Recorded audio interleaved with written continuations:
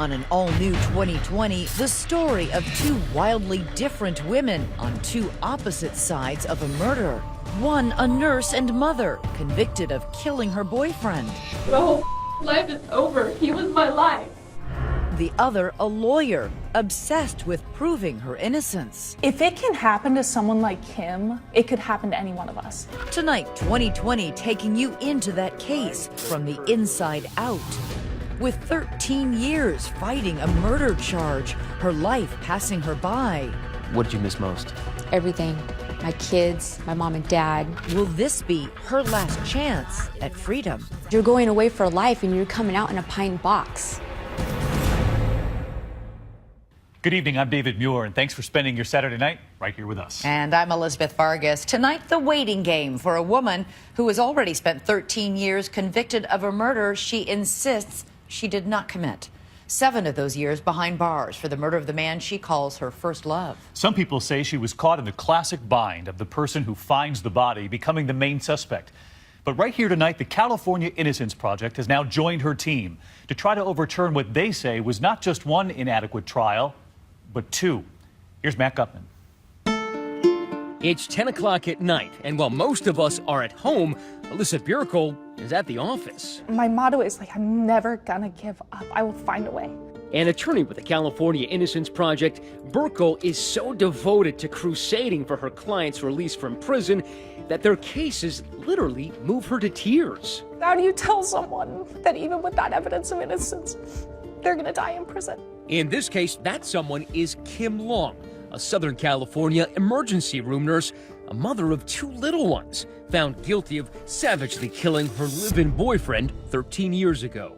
If it can happen to someone like Kim, who's a nurse in the community, who's a mother, who's just your average American family, it could happen to any one of us. And that's what's scary. Nurse, mom, daughter. That's the portrait of Kim Long her attorneys want you to have. But the prosecution has painted Long as a drunk, an aspiring biker chick, and brutally violent. I'm not that person. I'm not a mean, malicious person. So who's the real Kim? She agreed to talk to us, so tonight you can form your own opinion. Now it's about being natural, and it's about conversation, and about being you. I never care how I look. Really? No. The affable demeanor and self-assured voice of the former nurse, a far cry from the frantic tone you hear in her 911 call from October 6th, 2003. Oh my God! Screams of disbelief as Kim describes the body of her boyfriend, Ozzie Condi, brutally bludgeoned to death on their living room sofa. I always have to relive it, and it's so hard to do, you know? After 13 years, it's just not any easier to explain what happened.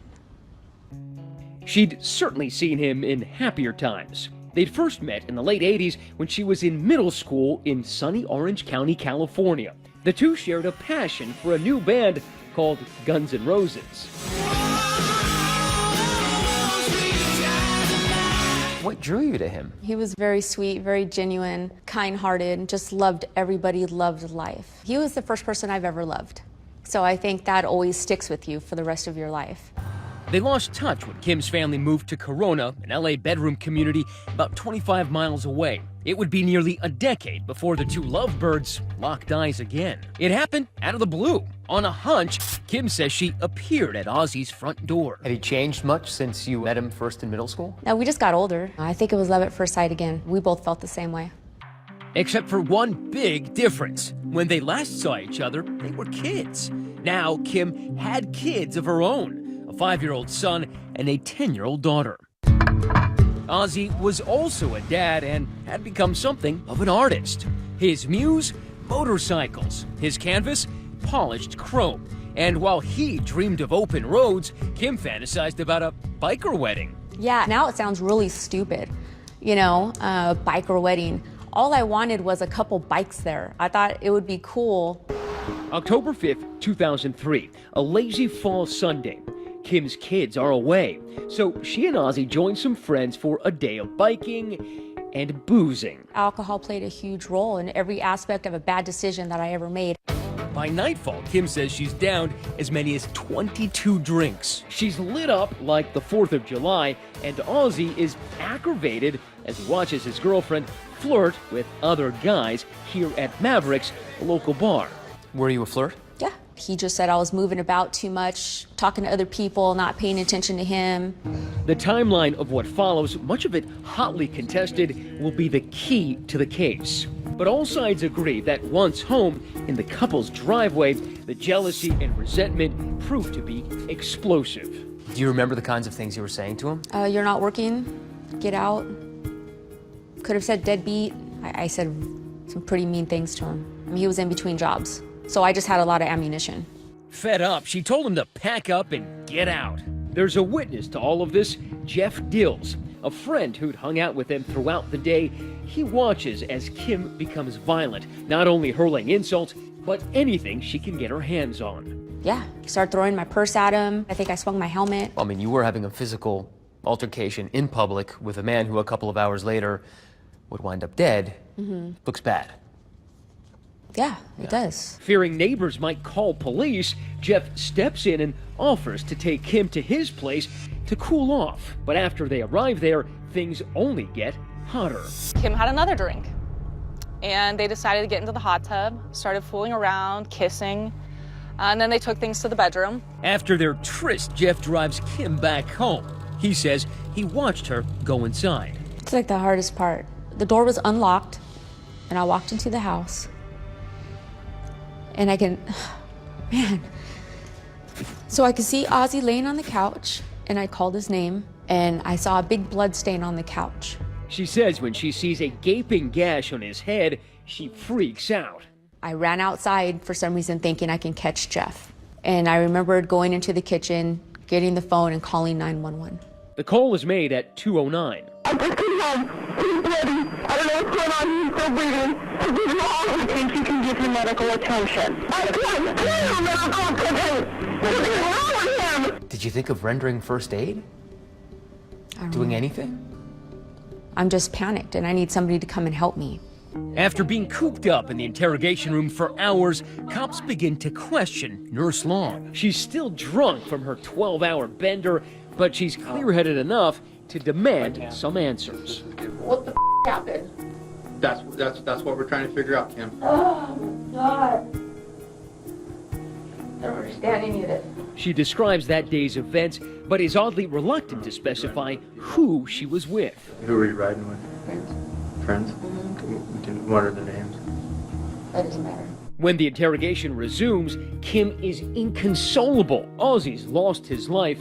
She's lost her love. You know how my life is now. He was it. He was it. I have nothing. We were gonna have a bike away.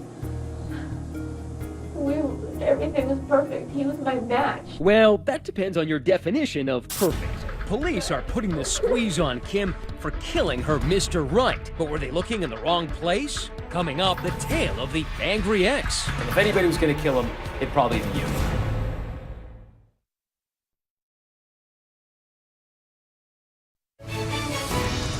"2020 Saturday" continues with more of Her Last Chance.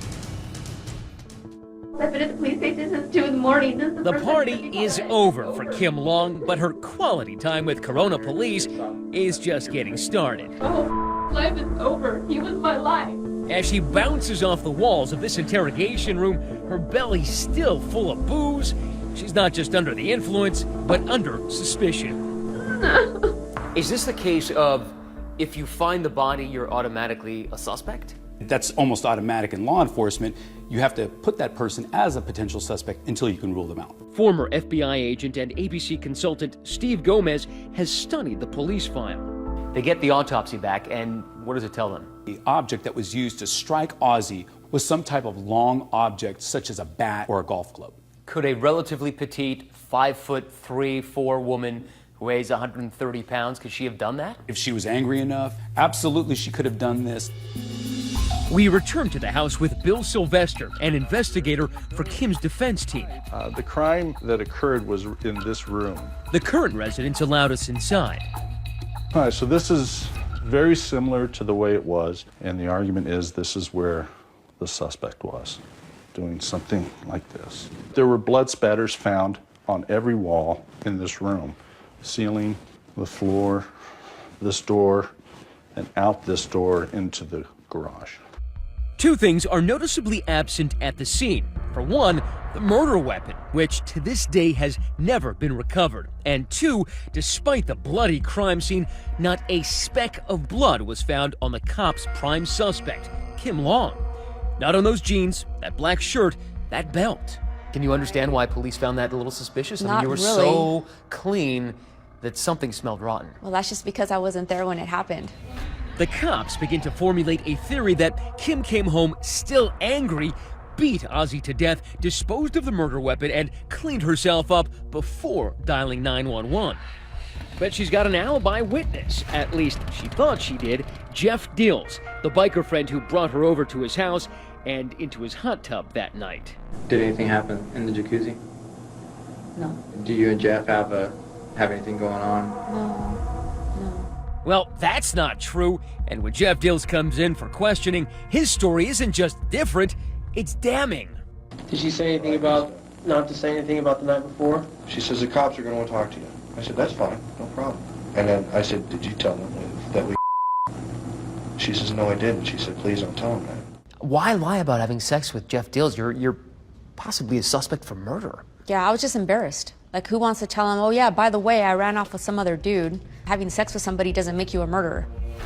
True, but your lover's statements just might. Dills continues to bury Kim, telling police she had a motive. She's, man, I could just kick his, you know, that kind of thing. Or I want to kick his. I don't remember the exact words. And worst of all, opportunity.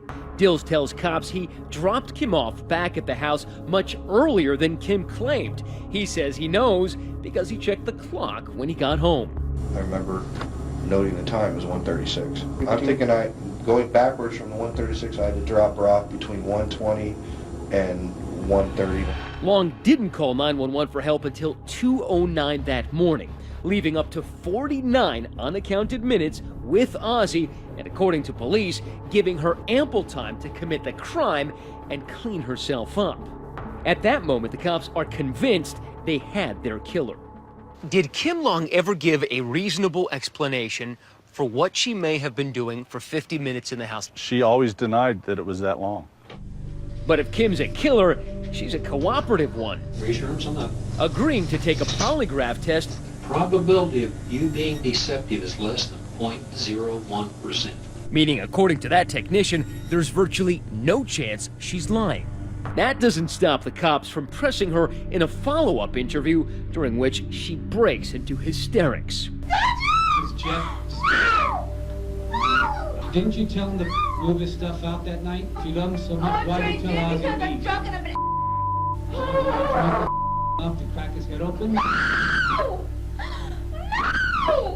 1 month after Ozzy's murder, a now stoic Kim Long finds herself under arrest for bludgeoning to death a man who was once her teenage crush. I'm gonna remain silent. I'm not gonna say anything at all until I have a lawyer attorney with me. When you reviewed the police reports, did anything stand out? Yeah, we were missing something.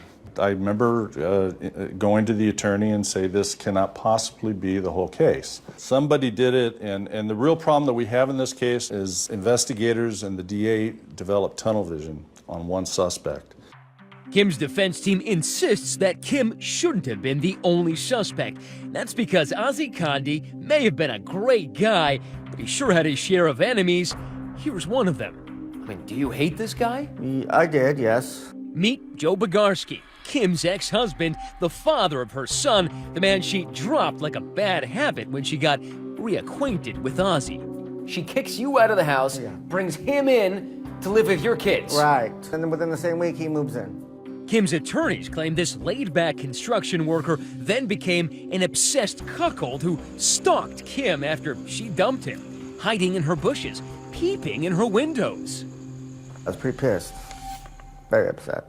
I mean, how would any other man feel? I'm like, what kind of guy moves into some house and you're not even divorced? Well, and if anybody in the world had a motive to kill, The man, it's you.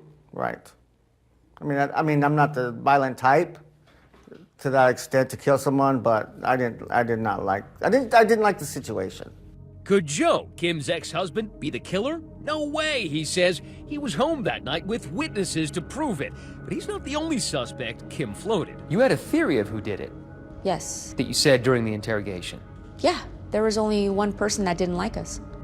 Didn't like? Try burning hatred. Do you have any idea who would have done something to who? Is that? She's talking about this woman. We've agreed to change her name. We're calling her Cynthia. Kim's defense team has dubbed her Ozzy's jealous ex, a woman scorned. And she calls Kim... That woman is the devil's child herself. Devil's child. Devil's child. There's no doubt in my mind. I know she killed him. And I know she doesn't even care. And it makes me sick. Cynthia and Ozzy were together for 8 years. They raised 2 kids together, one theirs, one hers from a previous relationship. She says those were the good times. He liked to spend time with his family a lot. He was a wonderful father. But when Kim came on the scene, she says the situation turned sour. My son had come home and he told me that he saw Kimberly punch Ozzy in the face. That was not okay with me. So I stopped Ozzy's visitation. From there, the drama only escalated. She had just made our lives a living hell. What did she do? She called, she harassed, she threatened. She wanted money from Ozzy. It was a constant battle. I mean, I wasn't happy with her. I was pretty pissed off at Kim. In the polygraph interview after the murder, the cops want to know if her hatred for Kim extended to Ozzy. Have you ever made any comments that, hey, I wished Ozzy was dead? I did say things like that toward his girlfriend, Kim. I just wish I could kill her. You heard that right, kill Kim. But was Ozzy also on the crosshairs? Coming up, Cynthia takes things into her own hands. How far did she go? Stay with us.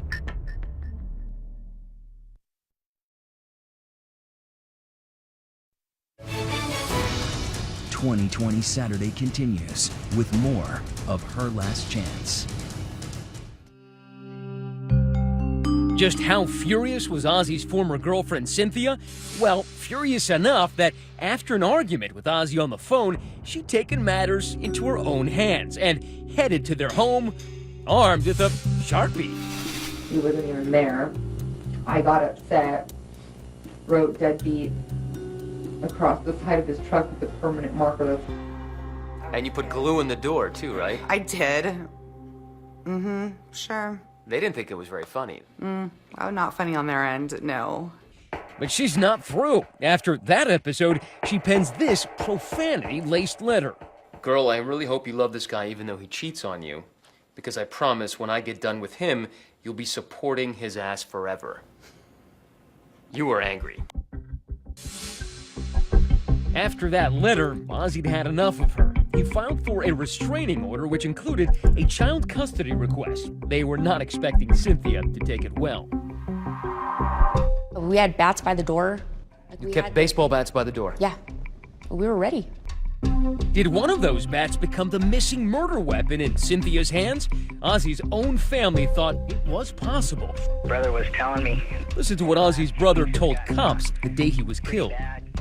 She had threatened to kill him and kill his Kim. He wanted to slice their throats. And why did she want to slash his throat or their throats? They were having conflicts. I think she was jealous of Kim. So you did not yourself take a bat to Ozzy's head that night, nor, you're saying, did you hire somebody else to do it? Absolutely not. You had nothing to do with I his didn't want murder. Ozzy dead. Did you want her dead? No, she's not dead. Well, it doesn't mean it succeeded. Dead. I don't want anybody dead. So who done it? Cynthia, the bitter ex-girlfriend?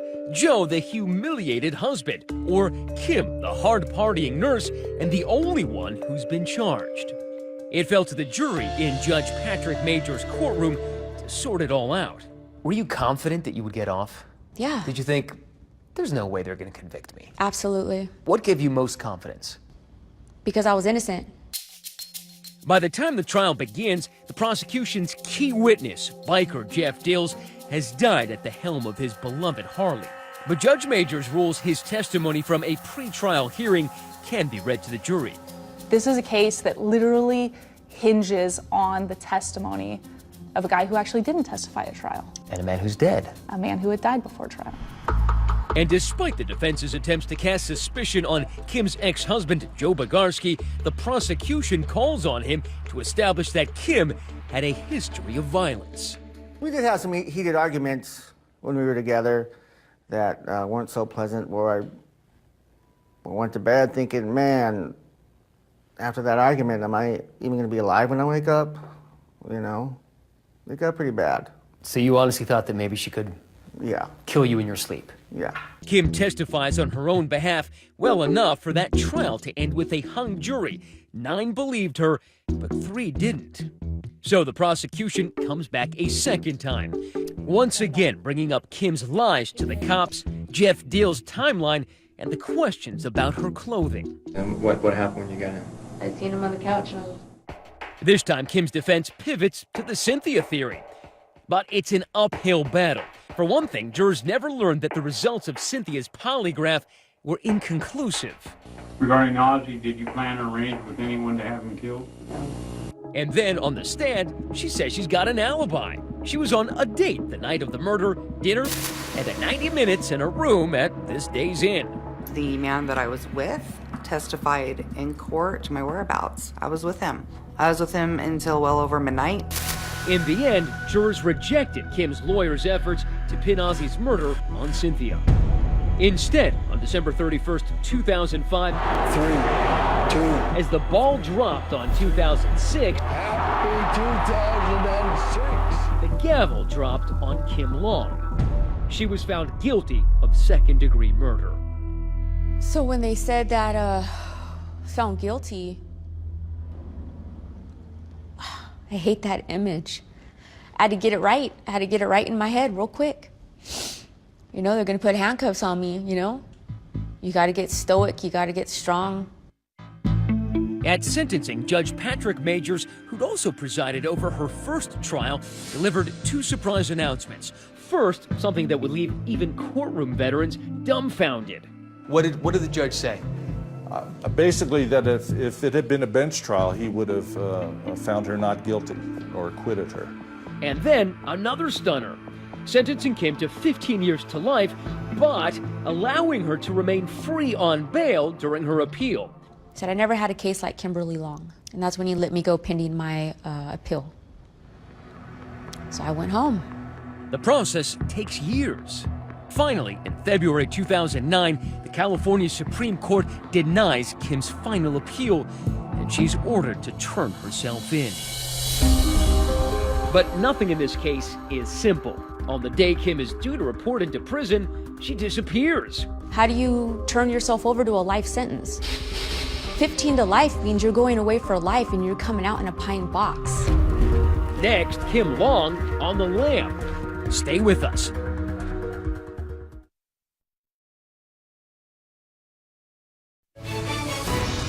.2020 Saturday continues with more of Her Last Chance. It's time for Kim Long to go to prison. But instead, she's gone camping. 10 days later, she finally surfaces to face the music. Why 10 days late? How do you do it? I don't know. I've never done it. I know. I didn't know how to give up everything. How do you walk away from your children, your mom, your dad? She swaps those jeans and bikini tops for prison blues, doling out little white lies to help her grieving parents, Roger and Darlene, cope. I always reassured my parents I was okay, even if I wasn't. Because, you know, when your child's not okay, you're not okay. Right. So I faked it a lot. We saw her every weekend, so she would be just smiling, and she always, at the end of each visit, she'd say, "Mom, I'm coming home." And I said, "I know you are." Did you always believe her, Yes. Yes, yes. But right after she arrives, she lobs a legal long shot. The only thing I do remember was making that first phone call to my mom and asking her if the California Innocence Project knew I was in prison. That was the first thing you said to your mother in your first call? Do they know I'm here? And are they coming to get me? The California Innocence Project is a clinic based out of the California Western School of Law in downtown San Diego. Its mission? To free wrongfully convicted inmates while training law students. This is our war room. We are down in the trenches. This is the place where the students are making phone calls, tracking down witnesses. This is where it all happens. Alyssa Bierko was just a law student when she first started shoveling through the endless documents in Kim's case. You have a judge saying, I don't think the evidence is enough to convict. So there were all these interesting factors that kind of put up a red flag for us that this really could be a case of a wrongful conviction. Alyssa was on a mission. In the beginning, when I would visit Kim, she was very distraught. She was, and I don't know how better to describe this than just like a caged animal trying to get out. I tracked down every single lead I could come up with to figure out, who did this crime, because a lot of these wrongful convictions, people want to know, well, if she didn't do it, then who did? Alyssa hoped the answer might lie at the tip of this cigarette butt found near Ozzy's body. The cigarette butt revealed unknown male DNA. It was likely male Hispanic DNA. It doesn't match the victim. It doesn't match Kim. It doesn't match anyone that we know of in this case. Looks promising, but Alyssa can't establish when that butt was left there. Could have been days or even weeks before. And so I tried as hard as I could to find out who really did this, and never could definitively say it was one person or another. But I did, in that process, gather enough evidence to show that Kim definitively could not have done it.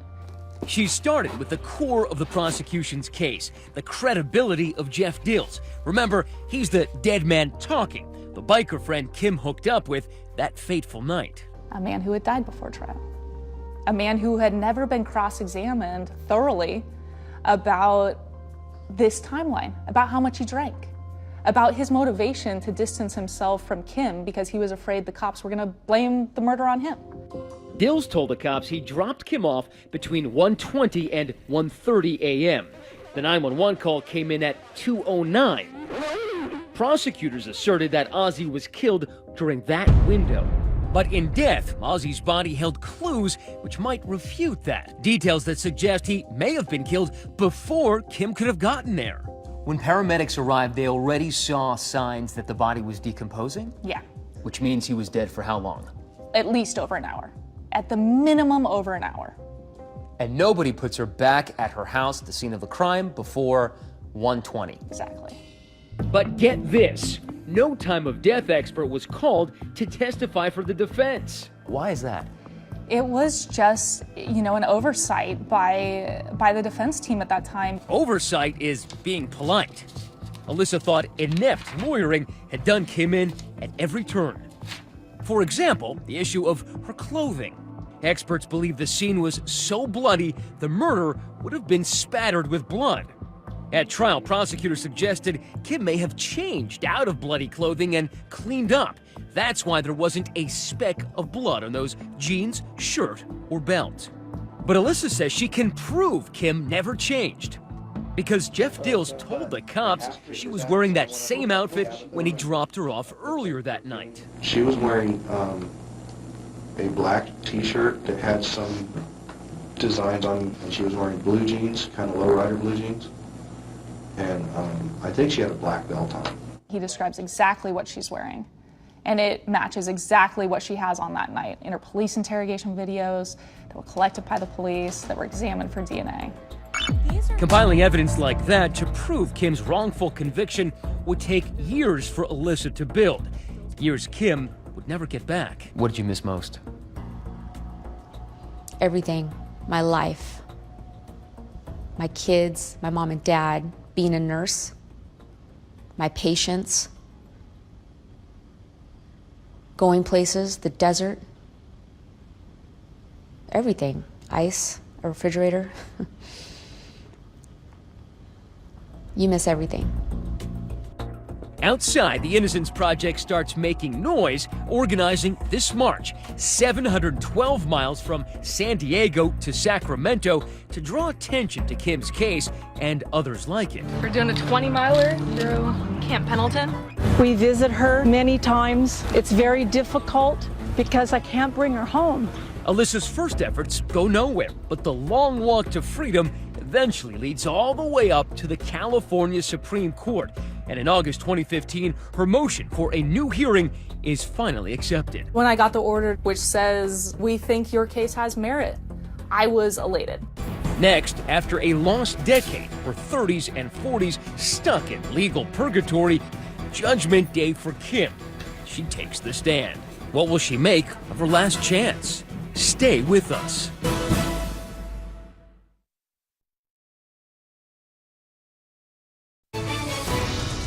"2020 Saturday" continues with more of Her Last Chance. The stakes couldn't be higher. Alyssa Bierko is headed to court for a face-off with Lady Justice. After 7 years, Kim Long is getting her shot at freedom. What are you thinking going into it? I knew we were going to win. I knew the evidence we had was powerful. Failure number 1, failure to consult a time of death expert and present that defense. This time, no jury, just Judge Patrick Majors, who presided over Kim's previous 2 trials. Yeah, good morning, ladies and gentlemen. And 2 desperate mothers packing the court with emotion. Kim's mom is cautious but optimistic. This is what we've been waiting for. So I believe she will come home. That's a good victory for justice. But over the years, Ozzy's family has converted its suspicions about Cynthia to absolute certainty that Kim is guilty. She killed my son. That was my son. That was my child. I had to go to the cemetery and see him in the ground. Now, for the 3rd time, Kim puts her hand on the Bible and swears to tell the whole truth, something Kim struggled with. What lost this case for the defendant was her credibility. The jury didn't believe her. How are you feeling? I'm good. Good. Have you ever threatened to kill Ozzy? No. Did he ever threaten to kill you? No. Did you kill Ozzy? No, I did not kill him. The prosecution fires straight at Kim's Achilles heel, her inconsistencies, her lies about, among other things, hooking up with Jeff Dills. I try to always tell the truth. You try to always tell the truth, but you lied to the police about your conduct with Mr. Dills? The sexual conduct, yes. But the defense has an ace to play. That new evidence Alyssa discovered about the time of Ozzy's death and the proof that Kim never changed her clothes. And this primarily comes from the Jeff Dills interview where he describes what Miss Long was wearing. And what were you wearing that day? I was wearing large sandals that matched my black belt, blue jeans, a black shirt with ringlets on it that matched my necklace and my purse. And then the bombshell no one saw coming. The prosecution torpedoing its own case, backing away from its core theory that Kim Long ditched her bloody clothing after killing Ozzy. She never had any blood on her. I'm going to tell you right now, it's not the people's position that she changed her clothing. The people have seen additional evidence here that we weren't aware of before. What's amazing about this is that it seems the Perry Mason moment didn't come from the defense, it came from the prosecution itself. Yeah. They, in their closing argument, conceded that she did not change her clothes. If she didn't have blood on her clothes, the only reasonable inference is she didn't do it. After a 7-year quest to bring Kim home, Alyssa Bierko is so close she can taste it. I am feeling pretty good right now. We've done a ton of work on this case, and it's all coming together and wrapping up tomorrow. The next day, in a crowded courtroom, Kim hugs the Innocence Project lawyers as she steels herself for the judgment. In the matter of Kimberly Long, I was like squeezing Kim's arm or her leg or something every time the judge would say something positive. I think we were both sitting there shaking a little bit. Alyssa translating the legalese. When it actually happened, I remember Kim being a little confused and being like, wait, what's going on? What happened? The judge continues. the judgment of conviction is vacated and a new trial will be ordered. You're thinking, is vacated good or bad? I didn't even hear it.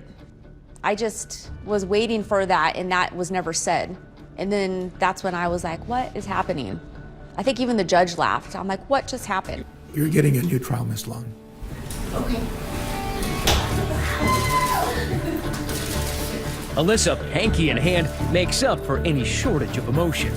Her room is ready. I've always believed that in my heart. She will come home. Everything we uncovered during the case pointed towards her innocence. And this case also demonstrates just a total failure of the criminal justice system. As a small crowd waits outside while Kim posts bail, an Innocence Project intern has ironically brought a change of clothes. And we're waiting for Kim to get out. So we got her these shoes and got her these jeans. It was weird because they brought me clothes and they had bought me heels. And I'm very grateful that they left me in a holding tank for a while because I had to walk back and forth. Because you hadn't walked in heels in years. Yes, yeah. 10 hours after her moment in court, Kim walks out of jail and into the arms of her parents. I saw my mom and dad through the glass and I remember the doors opened. The doors opened and I went out and nobody said anything. Like nobody said anything. Like I was looking at them and they were looking at me and finally I just threw my hands in the air and I was all, I made it. How are you feeling right now? Just a lot of emotions right now. Because I have a lot of gratitude. I'm very humbled by this experience. Very humbled. I can stare at you. We all started crying and hugging, and God, it's a good feeling. Cynthia, Ozzy's ex and Kim's arch enemy, takes the news badly. It was like a slap in the face. A slap in the face. When Kimberly was released and my son saw it on television, he called me and he said, Mom, he's like, please be careful, she's crazy. She killed my dad and I'm scared she's gonna do something to you. Kim's ex-husband, Joe Bogarski, isn't so sure what he thinks anymore. My mind is so scrambled from our history that I'm thinking she's capable of doing it. Maybe she didn't do it. Maybe the evidence doesn't point to her actually doing it, even though you think that she was capable of it. Right. But then I think, who did it then? So many questions remain, and coming up, the only one that Kim refuses to answer. Don't do that. I won't answer that.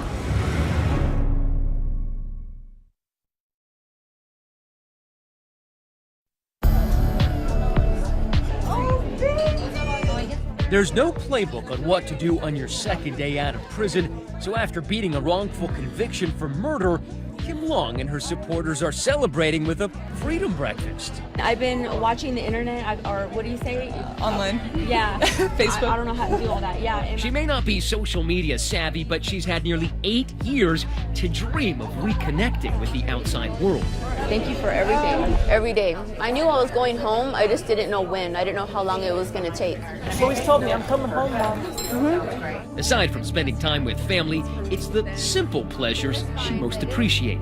There's nobody checking on me every hour with a light in my eyes. Today, she has 8 years of sobriety under her belt. That's no small undertaking for the former Hellraiser with a quick temper and a soft spot for hard liquor. In some ways, I guess prison is a great place to sober up, right? You don't really have the choice. Can you drink in prison? Absolutely. Everything is in prison. So even in prison, you had to practice abstinence. Absolutely. It's a choice. And I chose not to drink and not to use drugs in prison. Healthy living now replacing some of those old vices. Sometimes I come out here a little negative and I leave it all here. So when I walk back off the trail, all my negativity is left out here. So I just come back positive, refreshed, and just, ready to, go about my day. But it may take more than a nature walk to stop prosecutors from appealing the judge's decision. They want to send Kim Long right back to prison. We are 100% positive that that appeal will go nowhere. She is out in the community, she is living her life, she is enjoying her freedom, and hopefully these legal proceedings will end soon.